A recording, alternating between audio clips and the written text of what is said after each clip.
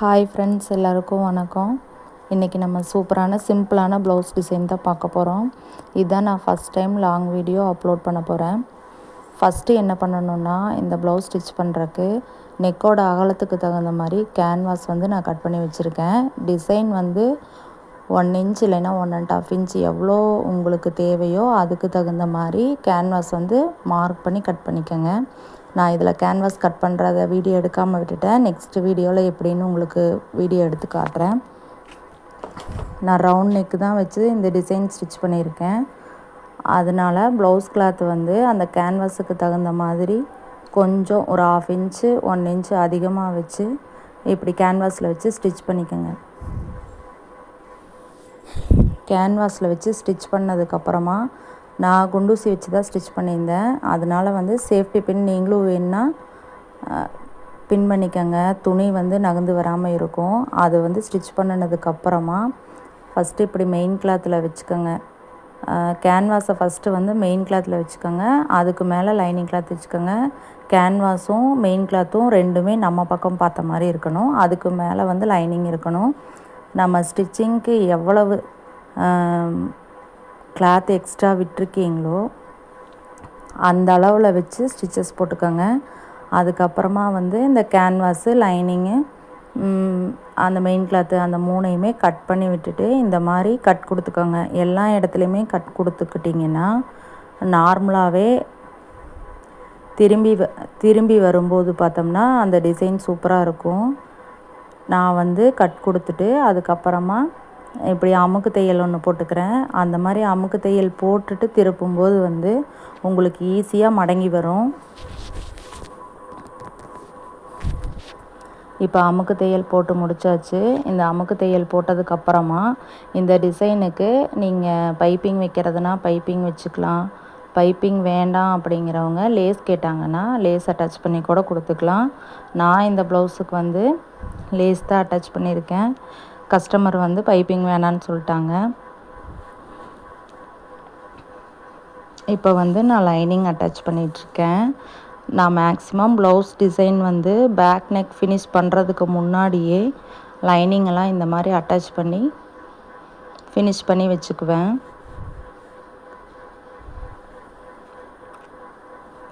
எப்போவுமே lining attach பண்ணும்போது இந்த மாதிரி நீவி விட்டுட்டே அதுக்கப்புறமா அட்டாச் பண்ணுங்கள். அப்போ தான் எந்த விதமான சுருக்கமும் இல்லாமல் நீட்டான ஃபினிஷிங் உங்களுக்கு கிடைக்கும். நான் எக்ஸ்ட்ரா லைனிங் அட்டாச் பண்ணிவிட்டு எக்ஸ்ட்ரா கிளாத்தெல்லாம் கட் பண்ணிட்டேன்.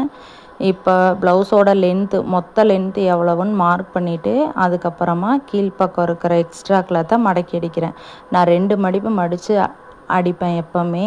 ஃபஸ்ட்டு ஒரு மடிப்பு மடித்ததும் ஒரு ஸ்டிச்சஸ் போட்டுருவேன். அதுக்கப்புறம் 2வது ஒரு மடிப்பு மடித்து தான் ஸ்டிச்சஸ் போடுவேன். இப்போ நான் 2வது மடிப்பில் தான் ஸ்டிச்சஸ் போட்டுட்ருக்கேன். இந்த மாதிரி போடும்போது அந்த இடுப்பு பகுதியில் வர்ற கிளாத் எப்போவுமே கிரிப்னஸாக இருக்கும். நீங்கள் வேணால் ட்ரை பண்ணுங்கள். இப்போ பேக்கில் டாட் பிடிக்கிறதுக்காக மார்க் பண்ணிகிட்ருக்கேன். ஷோல்டரை 2ஆக மடித்து சென்டர் பாயிண்ட் கிடைக்கும். அதில் மார்க் பண்ணிக்கோங்க. டாட்டோட ஹைட்டு இந்த ப்ளவுஸ் பெரிய ப்ளவுஸுங்கிறதுனால 4 இன்ச்சு மார்க் பண்ணியிருக்கேன். சின்ன ப்ளவுஸாக இருந்தால் 3 இன்ச்சு 3.5 அந்த மாதிரி கூட நீங்கள் மார்க் பண்ணி டாட் பிடிச்சிக்கலாம். இப்போ டாட் பிடிச்சி முடிக்க போகிறேன்.